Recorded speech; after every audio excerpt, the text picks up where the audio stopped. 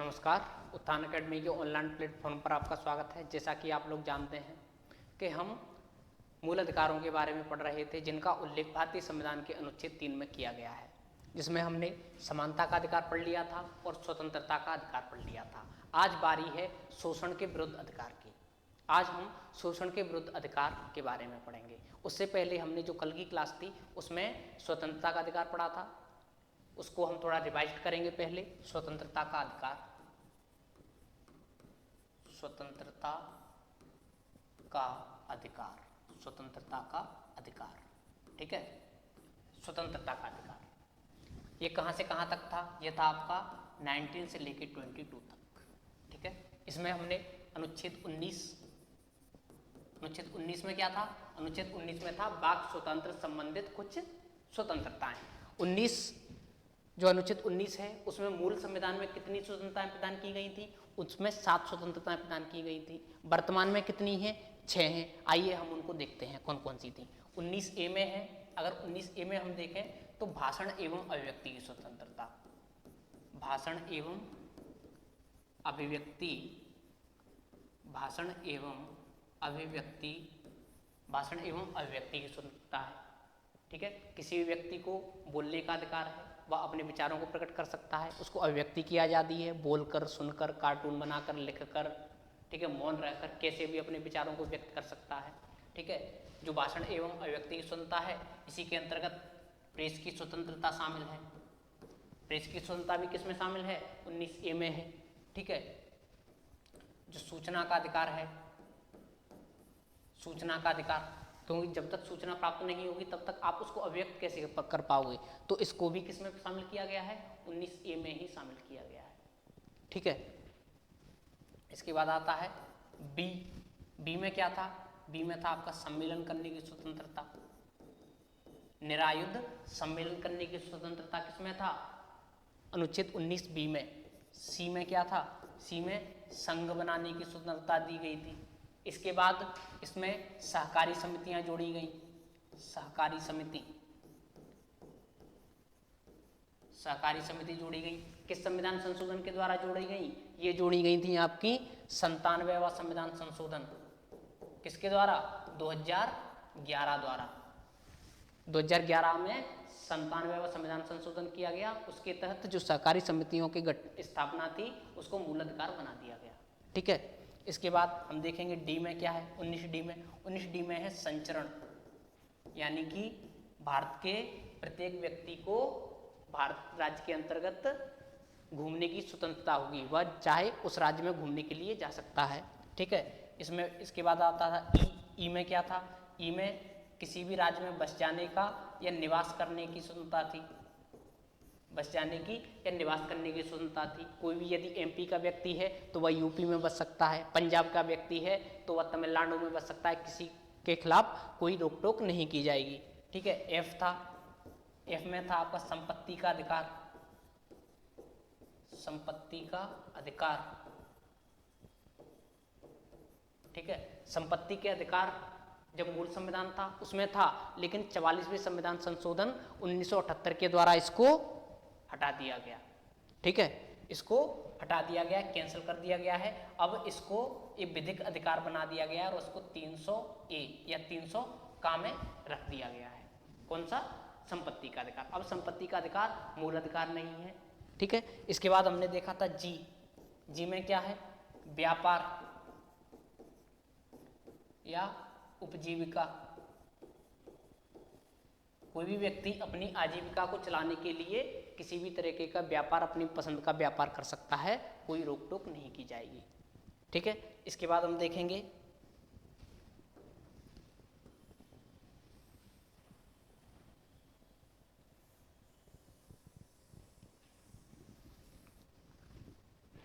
अनुच्छेद 20 में क्या था? दोष सिद्धि के संबंध में संरक्षण, यानी किसी भी व्यक्ति को तब तक दोषी नहीं ठहराया जाएगा जब तक कि कोर्ट के द्वारा उसको दोषी न ठहराया गया हो, ठीक है। किसी भी व्यक्ति को केवल एक बार के अपराध के लिए सिर्फ एक बार ही दंडित किया जाएगा, 2 बार दंडित नहीं किया जाएगा। ये किस में थे? अनुच्छेद 20 में यह आपको स्वतंत्रताएं प्रदान की गई थी। अनुच्छेद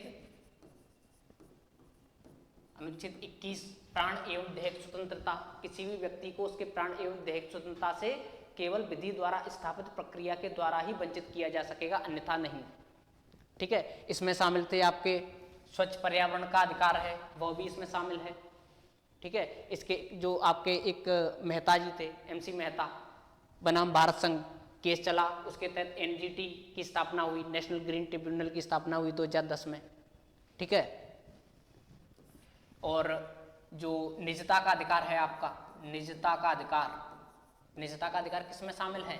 निजता का अधिकार भी अनुच्छेद 21 में ही शामिल है। कौन सा केस आया था इसके लिए? पुत्ता स्वामी बनाम भारत संघ, पुत्ता स्वामी बनाम भारत संघ केस आया था। इसमें सुप्रीम कोर्ट ने माना था कि निजता का अधिकार है वह एक मूल अधिकार है और प्रत्येक व्यक्ति को अनुच्छेद 21 के तहत मूल अधिकार प्राप्त है। विदेश जाने का अधिकार भी इसी में प्राप्त है। ठीक है, इसके बाद अनुच्छेद 21 में संशोधन करके एक अनुच्छेद जोड़ा गया, अनुच्छेद 21A के संविधान संशोधन के द्वारा, 86वें संविधान संशोधन 2002 के द्वारा। इसके तहत बताया गया कि जो 6 से 14 वर्ष के जो बालक होंगे उनको राज्य निःशुल्क एवं अनिवार्य शिक्षा प्रदान करेगा। इसके लिए निःशुल्क एवं अनिवार्य शिक्षा अधिनियम 2009 पारित किया गया और इसको 1 अप्रैल 2010 से लागू किया गया। ठीक है, तो अब ये एक शिक्षा का अधिकार क्या है? एक मूल अधिकार है। फिर हमने इसके बाद देखा था अनुच्छेद 22। इसमें क्या था?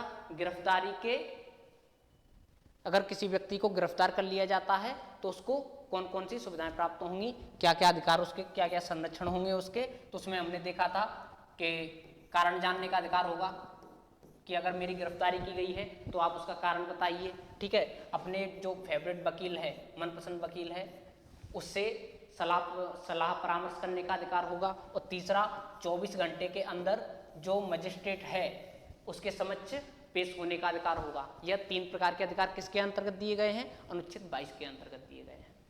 अब हम आते हैं अपने आज के टॉपिक पर, शोषण के विरुद्ध अधिकार पर। ठीक है, शोषण के विरुद्ध अधिकार।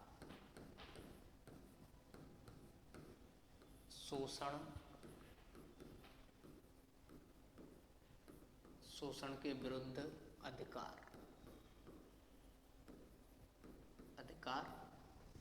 Right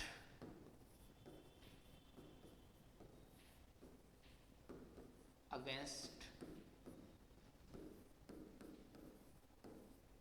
exploitation. शोषण के विरुद्ध अधिकार है, उसका वर्णन कहां से कहां तक है? 23 से लेके 24 तक। टोटल कितने अनुच्छेद हैं इसमें?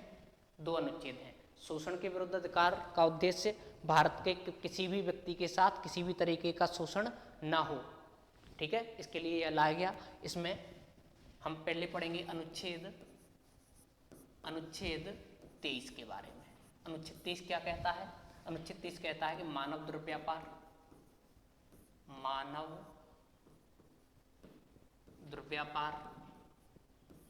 ह्यूमन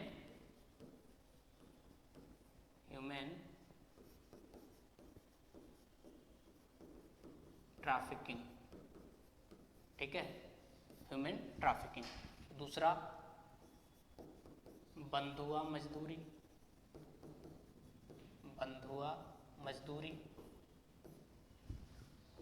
बेगारी, बलात्श्रम।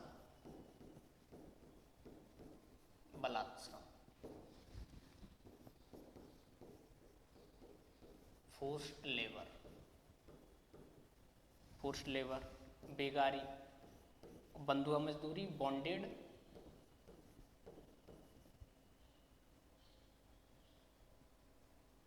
लेबर।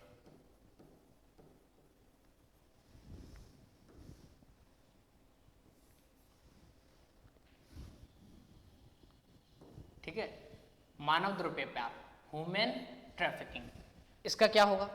मानव दुर्व्यापार किसी भी व्यक्ति के, भारत के संविधान में अनुच्छेद 23 है, वह बताता है कि किसी भी व्यक्ति के मानव दुर्व्यापार, बंधुआ मजदूरी, बेगारी या बलात्श्रम किसी भी व्यक्ति से नहीं कराया जाएगा, यह दंडनीय अपराध है। अनुच्छेद 23(1) में यह बात कही गई है। ठीक है। मानव द्रव्य व्यापार का मतलब हम समझते हैं क्या है। मानव द्रव्य व्यापार का मतलब होता है कि जो बच्चे हैं, महिलाएं हैं, पुरुष हैं, उनका अनैतिक रूप से व्यापार करना, उनको वेश्यावृत्ति में ढकेलना, बेच देना, घर के काम करवाना। जो आप चौराहे पर देखते हैं, जो छोटे छोटे बच्चे होते हैं, भीख मांगते हैं, उनके लिए इनका यूज किया जाता है, वह मानव द्रव्य व्यापार के अंतर्गत आता है। ठीक है। जैसे कि आप देखते होंगे कि जब आप चौराहे पर जाएं तो कई सारे आपको महिलाएं मिल जाएंगी, बच्चे मिल जाएंगे जो आपसे कहेंगे कि 10 रुपये दे दो, 20 रुपये दे दो। तो क्या है, इसको आपको जो भीख मांगते हैं उनको आपको एक पैसा भी नहीं देना। यदि कोई व्यक्ति भूखा है तो आप उससे कहिए कि आप भूखे हैं, चलिए मैं आपको नाश्ता करा देता हूँ, खाना खिला देता हूँ, लेकिन आपको उनको पैसा देने से बचना चाहिए, क्योंकि यह एक गिरोह के रूप में कार्य करते हैं। मान लीजिए एक बच्चा है, वह एक व्यक्ति से 100 रुपये ले लेता है, एक व्यक्ति से 10 रुपये ले लेता है, और ऐसे दिन में उसने 30 व्यक्तियों से ले लिए, तो कितने रुपए हो गए? 300 रुपये हो गए। और ऐसे ही कम से कम 100 लड़के इनके काम कर रहे हैं। इनके गिरोह के गिरोह होते हैं, इनके जो गिरोह के मालिक होते हैं इनके आसपास ही घूमते रहते हैं। 100 लड़के हैं ऐसे, क्या 300 इकट्ठे किए तो इन्होंने एक दिन में कितने कर लिए? 30,000 रुपये कर लिए। 30,000 रुपये कर लिए। इतनी तो अच्छे खासे जो सरकारी नौकरी उसकी सैलरी नहीं है। तो इससे बचिए, ना किसी को कभी पैसा दीजिए, कुछ नहीं। अगर कोई भूखा है तो उसको खाना खिलाइए। इसको हमें रोकने की आवश्यकता है। ठीक है। जैसे मुंबई जैसी सिटी है, कोई फैमिली है, उसको अपने यहाँ पे काम वाली बाई की आवश्यकता है, तो वह फैमिली क्या करेगी? किसी मिडिल मैन को पैसे देगी कि आप कहीं से लड़की या लड़का कोई भी लाइए और जो हमारे घर का काम कर सके, वह काम करे। उसके लिए फिर वो मिडिल मैन जाएगा बांग्लादेश से या नेपाल से या भारत के किसी अन्य क्षेत्र से, पकड़ लाएगा किसी को और उसको बेच देगा। पूरे दिन काम करेगी लड़की, उसको कुछ प्राप्त नहीं हो, ना उसको सैलरी मिलेगी, ना वह शिक्षित हो पाएगी, कुछ भी नहीं मिलेगा सिवाय, और उसको रोटी भी जो खाना बचेगा उसमें से उसको दिया, कुछ नहीं हो पाएगा। तो इस वजह से मानव द्रव्य व्यापार है, इसको रोकना चाहिए। ठीक है। इसके बाद हम देखते हैं बंधुआ मजदूरी। बॉन्डेड लेबर, इसका क्या मतलब है? बंधुआ मजदूरी, देखिए जब भारत आज़ाद नहीं हुआ, भारत में प्राचीन काल में क्या किसान होते थे और साहूकार होते। किसान मैक्सिमम गरीब होते थे, मजदूर करते थे। जब क्या होता था, इसकी फसल बर्बाद हो जाती थी, तो ये क्या करता था, जो मजदूर होता था वह साहूकार के पास जाता था। साहूकार के पास गया, 10,000 रुपये ले आया और कहा कि जैसे ही मेरी फसल आ जाएगी मैं आपको पेमेंट, जो आपकी कर्ज है वह उतार दूंगा।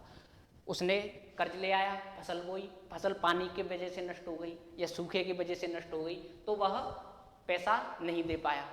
उसके बाद दोबारा वह फिर ले आया, और जो साहूकार थे वह ऊंची दरों पर कर्ज देते थे। कर्ज देते देते इसके पास, किसान के पास इतना कर्ज हो जाता था कि यह वापस नहीं चुका पाता था। तो साहूकार कहता था कि अब आप हमारे बंधन में हो, अब जब तक आप अपना कर्ज नहीं चुका देते तब तक आपको हमारे यहाँ पर मजदूरी करनी पड़ेगी, और उसके बदले में हम आपको 1 रुपया भी नहीं देंगे। आप कर्ज भी चुकाइए और आप काम भी करिए। ठीक है। इसी को बोलते थे बंधुआ मजदूरी। अब इसको अनुच्छेद 23 के तहत इसको प्रतिबंधित कर दिया गया है। ठीक है। इसके बाद बेगारी का मतलब होता है कि किसी मजदूर से कार्य लेना और बदले में उसका जो मानदेय बनता है, जो उसका वेतन बनता है, वह उसको पेमेंट न करना। ठीक है। यानी कि कोई व्यक्ति है, आप उसको लेकर आए 300 रुपये पर डे के हिसाब से, लेकिन आपने उसको पैसा नहीं दिया, आपने उसको वैसे ही भगा दिया कि नहीं कोई पैसा नहीं है, तो ये क्या किसके अंतर्गत आएगा? बेगारी के अंतर्गत आएगा। या फिर ऐसा 300 रुपये पे आप लेके आए, आपने केवल उसको 50 रुपये पेमेंट किया, तो ये किसके अंतर्गत आएगा? बेगारी के अंतर्गत आएगा। चौथा हमने देखा था बलात्श्रम, यानी किसी भी व्यक्ति को उसकी इच्छा के विरुद्ध कार्य करवाना ही क्या है? बलात्श्रम। जैसे कि आपने वो मूवी है, कोई वेब सीरीज है कि गैंग्स ऑफ वासेपुर, उसमें वो सरदार खान होता है, क्या करता है कि सभी को जबरदस्ती मारता है, जबरदस्ती मार मार के काम लेता है सबसे। तो वो किसके अंतर्गत आता है? बलात्श्रम के अंतर्गत आता है। उसमें बलपूर्वक कार्य कराया जाता है। जैसे कि आप किसी को लेके आए, मजदूर को लेके आए 9 बजे से 5 बजे तक, कि आप 9 बजे से 5 बजे तक हमारे यहाँ पे कार्य करिए, लेकिन 5 बज गए, अब आप उसकी सैलरी नहीं दे रहे, आप कह रहे हो कि नहीं आपको 8 बजे तक काम करना पड़े, जबरदस्ती उससे 8 बजे तक काम करवा रहे हो, तो ये किसके अंतर्गत आएगा? बलात्श्रम के अंतर्गत आएगा।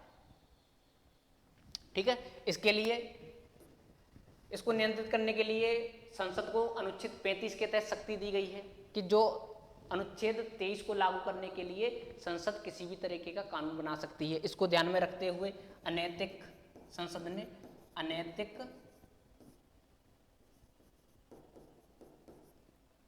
अनैतिक दुर्व्यापार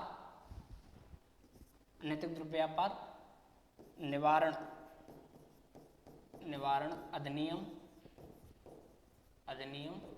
1956 ये बनाया है। इसके तहत क्या है? अनैतिक व्यापार को भारत में प्रतिबंधित कर दिया गया है। यदि अब कोई लड़की, बच्चे या पुरुष किसी का भी कोई अगर दुर्व्यापार करता है और इन दुर्व्यापार के तहत उसको प्रोस्टिट्यूशन जैसे कामों में धकेल देता है, देवदासी जैसे कामों में धकेल देता है, तो वह एक दंडनीय अपराध होगा।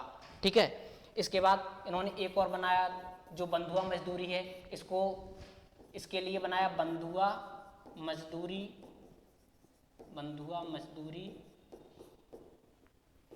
अधिनियम 1976। इसके तहत जो बंधुआ मजदूरी थी इसको प्रतिबंधित कर दिया गया है। ठीक है, तो हमने इसमें देखा अनुच्छेद 23 में हमने क्या किया? मानव दुर्व्यापार है उस पर प्रतिबंध लगा दिया गया है, बेगारी है उस पर प्रतिबंध लगा दिया गया है, ठीक है, बलात्श्रम है उस पर प्रतिबंध लगा दिया गया है, और बंधुआ मजदूरी है उस पर प्रतिबंध लगा दिया गया है। अब हम देखेंगे अनुच्छेद 24।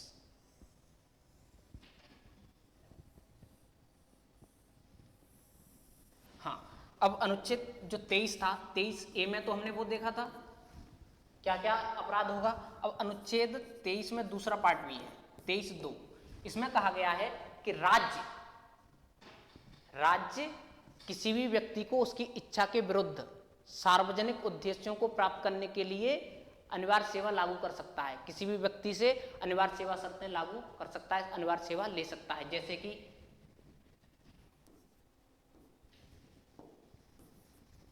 आपातकाल में, ठीक है, राष्ट्रीय हित में कैसे? जैसे सेना है, अभी तो हमारी जो सेना है बहुत अच्छी सेना है, कोई समस्या नहीं है, लेकिन बाई चांस कभी ऐसा मौका आए, युद्ध होने लगे तो और सैनिकों की जरूरत पड़ जाए, तो राज्य ऐसा कर सकता है कि हर घर से एक व्यक्ति सेना में आएगा, या फिर ऐसा कर सकता है कि जो हर व्यक्ति है उसको कम से कम 4 साल तक सेना में रहना पड़ेगा। तो इसके लिए कोई व्यक्ति मना नहीं कर सकता कि नहीं ये हमको फंडामेंटल राइट्स दिए अनुच्छेद 23 के तहत, ये हमारी इच्छा के विरुद्ध है, हम नहीं करना चाहिए, तो राज्य ऐसा कर सकता है। बस राज्य इसमें धर्म, मूलवंश, जाति और लिंग के आधार पर किसी भी तरीके का कोई भेदभाव नहीं करेगा। ठीक है, या फिर राष्ट्रीय, जैसे कि मान लो अभी कोविड-19 चल रहा है, अभी हमारे हेल्थ वर्कर बहुत अच्छा कार्य कर रहे हैं, हो सकता है कि और हेल्थ वर्कर की जरूरत पड़ जाए। अगर और हेल्थ वर्कर की जरूरत पड़ती है तो क्या करेगा राज्य? क्या कहेगा कि प्रत्येक परिवार से एक व्यक्ति हेल्थ वर्कर का कार्य करेगा, चाहे आपके परिवार में से आप किसी को भी भेजिए, एक व्यक्ति को भेजिए जो हेल्थ वर्कर का कार्य कर सके। तो इसके लिए राज्य अनिवार्य सेवा शर्तें लागू कर सकता है, और हो सकता है कि पैसा भी ना दे। ठीक है, इसके बाद हम देखेंगे अनुच्छेद 23 में 2 भाग थे, 23A और 23B, दोनों को हमने पढ़ लिया। अब हम पढ़ेंगे अनुच्छेद 24। अनुच्छेद 24 में क्या है? बालकों का कारखानों आदि में नियोजन पर रोक, यानी कि बालकों को कारखानों में जो संकटपूर्ण कार्य हैं उनमें नहीं लगाया जाएगा। इसके अंतर्गत कौन कौन से बताए गए थे? इसके अंतर्गत बताए खदान, यानी कि खदान है, खदान में बालकों के नियोजन पर प्रतिबंध लगाया गया है, क्योंकि आपको पता है जो कोयला होता है वह बहुत गहराई से निकाला जाता है, कई बार मीथेन की वजह से उसमें विस्फोट हो जाता है, मीथेन CH4 मीथेन की वजह से उसमें विस्फोट हो जाता है, तो इसलिए जो खदानें हैं उनमें भी बालकों को नहीं लगाया जा सकता। ठीक है, कारखाने हैं आपके, कारखानों में भी नहीं लगाया जा सकता, जो संकटमय कारखाने हैं। ठीक है, खतरनाक काम, जो खतरनाक काम है, डेंजरस काम है, जैसे कि पटाखा उद्योग, पटाखा उद्योग, जैसे कि पटाखा उद्योग, पटाखा उद्योग में बालकों के नियोजन पर पूर्ण रूप से प्रतिबंध है। हालांकि पिछली बार जो MPPSC का पेपर हुआ था वहां से इसमें क्वेश्चन पूछा भी गया था कि बालकों के नियोजन पर कैसा प्रतिबंध है, पूर्ण प्रतिबंध है, आंशिक प्रतिबंध है, अपूर्ण प्रतिबंध, तो इसका क्या था, पूर्ण निषेध था, पूर्ण निषेध। बालकों के नियोजन पर क्या है, पूर्ण निषेध है, संकटमय कार्यों में लगाने पर पूर्ण निषेध की बात करता है अनुच्छेद 24। ठीक है, इसके लिए कुछ अधिनियम भी बनाए गए हैं, जैसे कि कारखाना अधिनियम 1948, ठीक है, बाल श्रम अधिनियम, बाल श्रम अधिनियम कब, 1986 में। ठीक है, 2016 में भी एक बनाया गया था।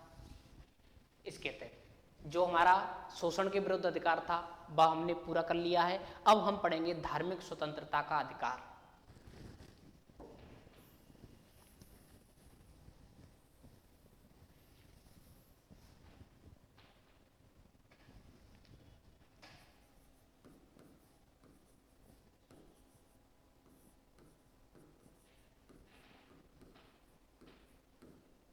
धार्मिक स्वतंत्रता का अधिकार, धार्मिक स्वतंत्रता का अधिकार, धार्मिक स्वतंत्रता का अधिकार, right to freedom, right to freedom of religion, religion कहां से कहां तक है, रिलीजन। जो धार्मिक स्वतंत्रता का अधिकार है उसका उल्लेख कहां पे किया गया है, उसका उल्लेख किया गया है अनुच्छेद 25 से लेके अनुच्छेद 28 तक। भारत जैसे लोकतांत्रिक देश में जो धार्मिक स्वतंत्रता का अधिकार दिया गया है, बहुत शानदार आर्टिकल है यह। इसके बारे में हम देखेंगे कि अनुच्छेद 25, सबसे पहले हम इसके अंतर्गत देखेंगे अनुच्छेद 25 के बारे में। अनुच्छेद 25 क्या कहता है, अनुच्छेद 25 कहता है अंतःकरण,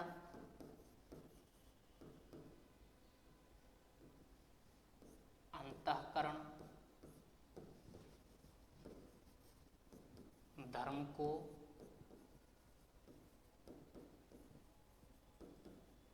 अबाध रूप से मानने, आचरण करने और प्रचार प्रसार करने।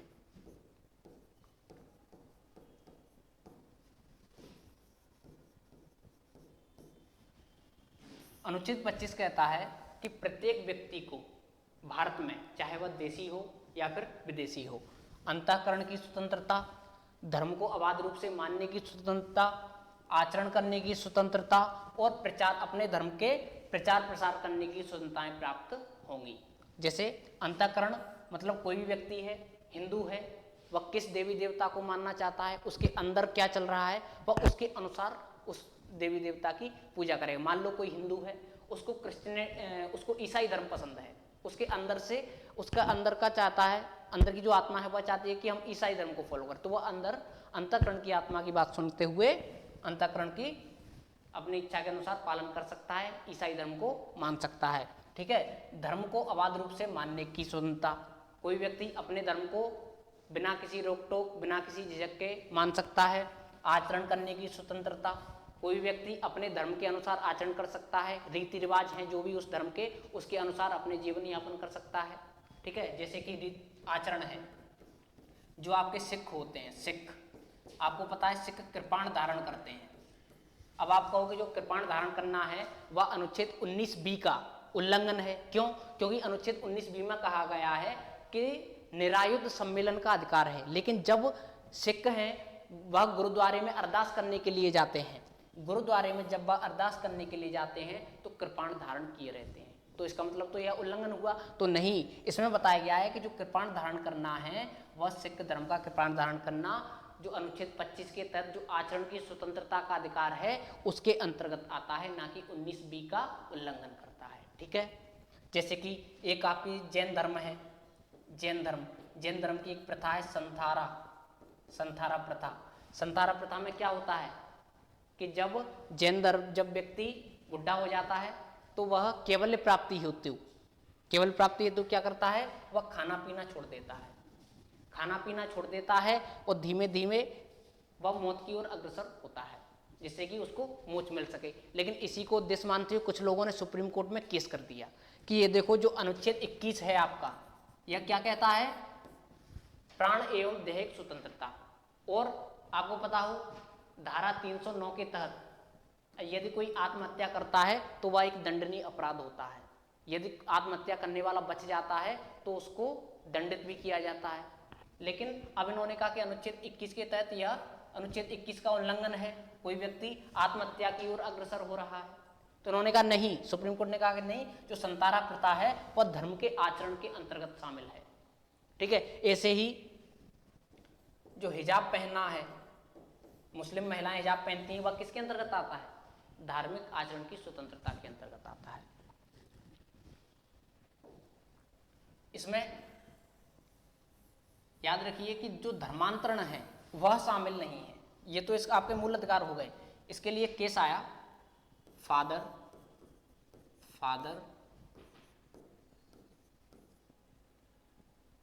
स्टेनलॉस बनाम मध्य प्रदेश राज्य। इसमें सुप्रीम कोर्ट ने कहा कि धर्मांतरण करवाना मौलिक अधिकार नहीं है, यह एक अपराध है, लेकिन कोई व्यक्ति अपनी इच्छा के अनुसार धर्मांतरण करना चाहे तो वह किसी दूसरे धर्म में धर्मांतरित हो सकता है, लेकिन धर्मांतरण करवाना मौलिक अधिकार नहीं है। ठीक है, इसके बाद हम देखेंगे अनुच्छेद 26 के बारे में।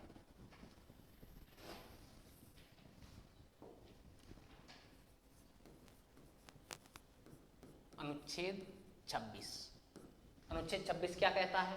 अनुच्छेद 26 कहता है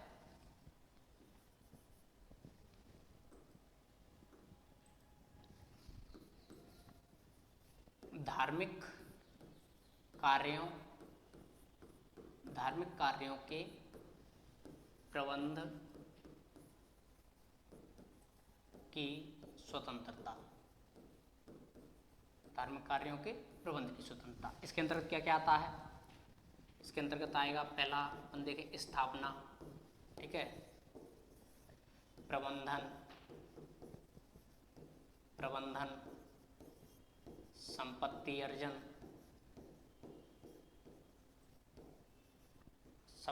अर्जन, और चौथा क्या है? चौथा है आपका वैधानिक खर्च।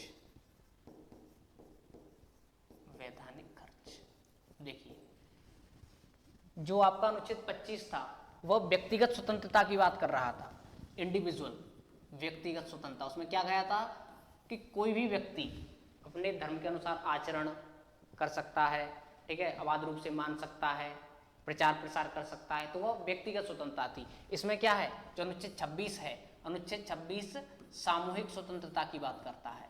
सामूहिक स्वतंत्रता,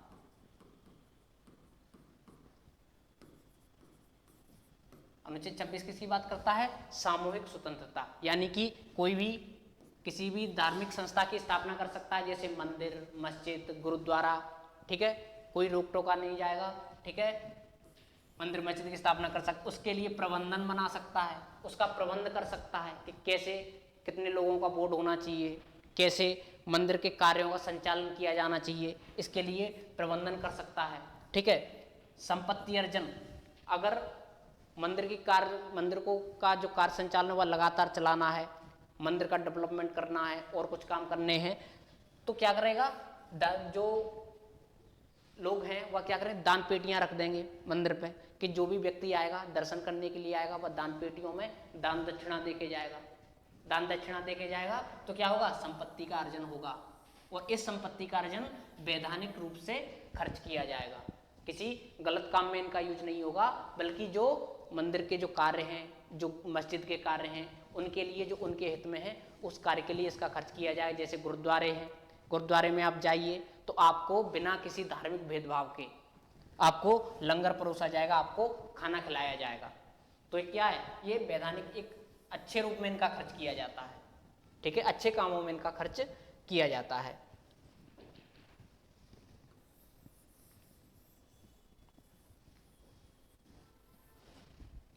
इसके बाद हम देखें अनुच्छेद 27।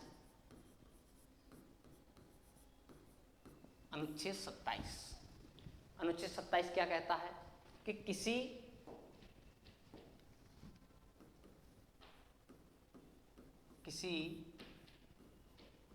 विशेष धर्म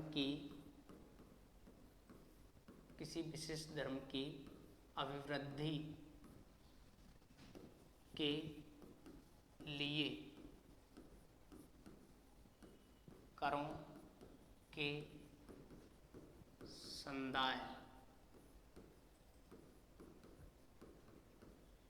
के बारे में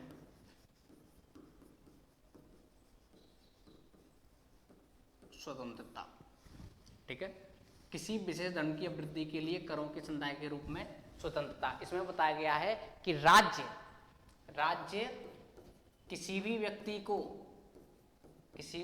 को किसी धर्म की अभिवृद्धि के लिए टैक्स देने के लिए बाध्य नहीं कर सकता है, फोर्स नहीं कर सकता है बिल्कुल, कि आपको टैक्स देना ही पड़ेगा। जैसे कि आप इसको ऐसे समझिए, जैसे अयोध्या में राम मंदिर का निर्माण किया जा रहा है, तो राम मंदिर के निर्माण के लिए यदि आपकी इच्छा है, स्वेच्छा से आप कितना भी धन दे सकते हैं कि यह मंदिर निर्माण के लिए हमको देना है, लेकिन राज्य आप पर कोई दबाव नहीं डाल सकता, कोई कानून नहीं बना सकता कि नहीं आपको मंदिर निर्माण के लिए 1000 रुपए या 10,000 रुपए या जितने भी राज्य कहे उतने आपको देने पड़ेंगे, पर व्यक्ति को देने पड़ेंगे। तो ऐसा बिल्कुल नहीं है, राज्य ऐसे के कोई भी कर नहीं लगा सकता है। हालांकि राज्य शुल्क, यहाँ पर शुल्क की बात की गई है, हालांकि जैसे कि ऐसा कर सकते हैं, जैसे कि आप अमरनाथ यात्रा को जा रहे हैं, अमरनाथ यात्रा को जा रहे हैं तो राज्य आपको कई सारी सुविधाएं प्रदान करता है, सुविधाएं प्रदान करता है, राज्य सुविधाएं प्रदान करता है, तो सुविधाओं के देने के पर्पज में कुछ आपसे शुल्क वसूल सकता है। आपकी सुरक्षा करनी होती है, ठीक है, आपके लिए मैनेजमेंट लगाना पड़ता है, सुरक्षा करनी पड़ती है, ठीक है, उसके लिए कुछ शुल्क लगाया जाए। जैसे महाकाल मंदिर में आप जाएं, यदि आपको जल्दी दर्शन करने हैं, कुछ स्पेशल ट्रीटमेंट करना है, तो क्या है कि आपको पर्ची कटवानी पड़ेगी, 200-250 की पर्ची कटवा दीजिए और जल्दी दर्शन कीजिए, ये चीज़ें। इसके बाद हमारा जो लास्ट अनुच्छेद है वह है अनुच्छेद 28। अनुच्छेद 28, अनुच्छेद 28 क्या कहता है कि कुछ शिक्षण संस्थाओं में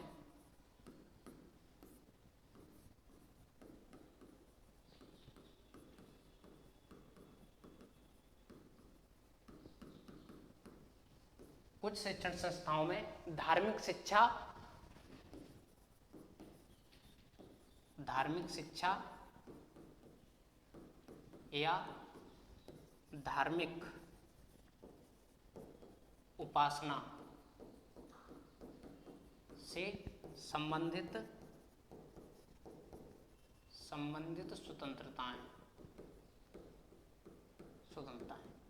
यानी कि इसमें बताया गया है कि शिक्षण संस्थाएं हैं उनमें धार्मिक शिक्षा दी जाएगी या नहीं दी जाएगी, किसी भी व्यक्ति को धार्मिक उपासना में उपस्थित होने का अधिकार होगा या नहीं होगा। तो अनुच्छेद 28 में कुछ आर्टिकल हैं। अनुच्छेद 28(1), अनुच्छेद 28(1) कहता है कि ऐसा शिक्षण संस्थान, ऐसा विद्यालय या ऐसा कॉलेजेस, कुछ भी जो राज्य द्वारा संचालित होता है, जो पूर्णतः राज्य पर निर्भर करता है, उसमें किसी भी प्रकार की जो धार्मिक शिक्षा है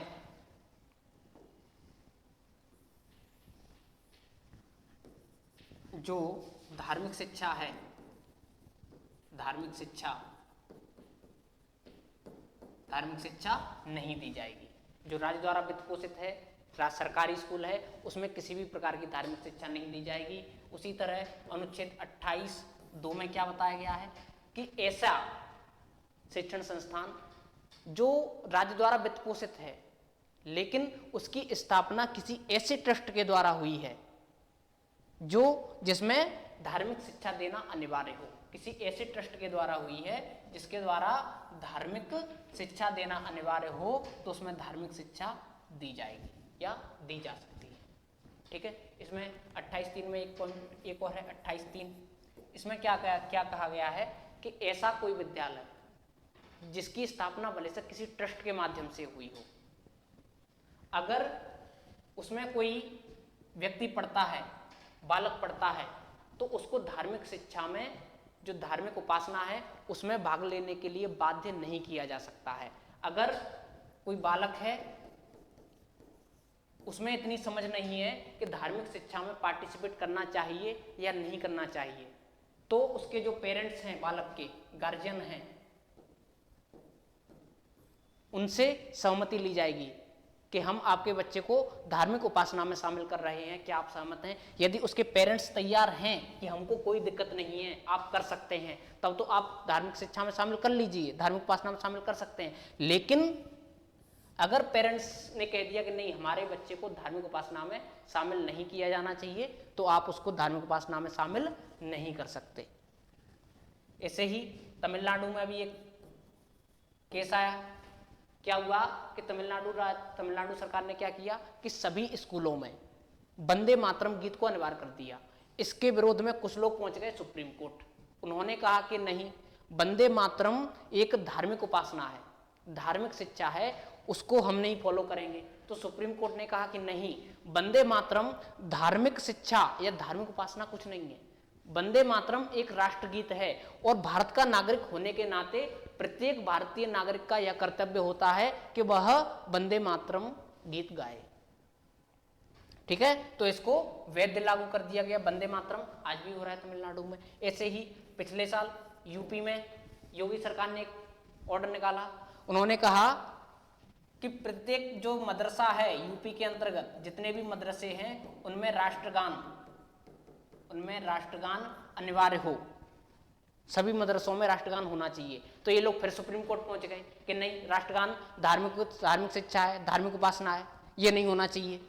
तो सुप्रीम कोर्ट ने कहा कि नहीं, एक देश के नागरिक होने के नाते प्रत्येक देश के नागरिक का यह कर्तव्य है कि वह राष्ट्रगान का पाठ करे, राष्ट्रगान को गाए स्कूल, कॉलेज, मदरसे में।